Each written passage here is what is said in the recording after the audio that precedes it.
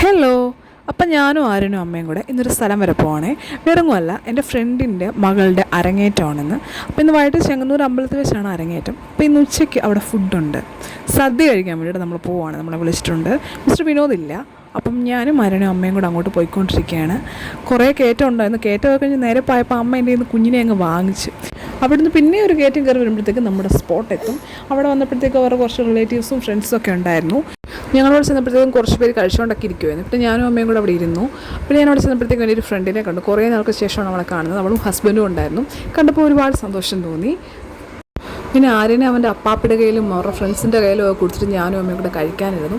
നല്ല സൂപ്പർ സദ്യയായിരുന്നു. അടപ്രഥമനും ഒക്കെ കൂട്ടി ഒരു പിടി അങ്ങ് പിടിച്ചു.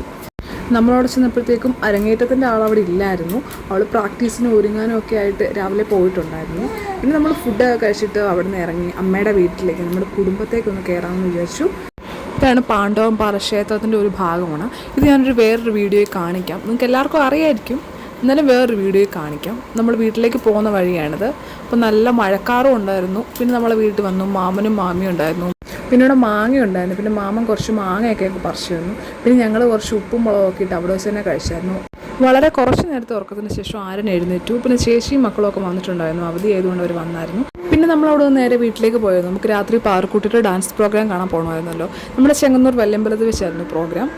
മോളുടെ ഒരുപാട് നാളത്തെ ആഗ്രഹമായിരുന്നു. എല്ലാം വളരെ ഭംഗിയായിട്ട് തന്നെ നടന്നു. അപ്പോൾ പിന്നെ അത്രയ്ക്കേ ഉള്ളൂ. നമുക്കിനി വേറൊരു വീഡിയോ കാണാം. ബൈ.